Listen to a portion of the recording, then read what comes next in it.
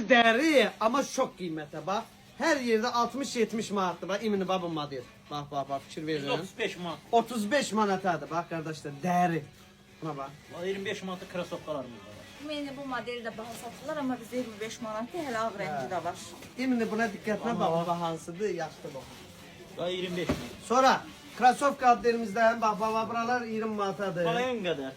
20 manat, Baha 25 manat. satılanlardan da var ve bizde en ucuz kıymeti bu yeni gelip ha. Bunu Bunun dəqiq göstər, qoy bilsinlər hansı modeldir.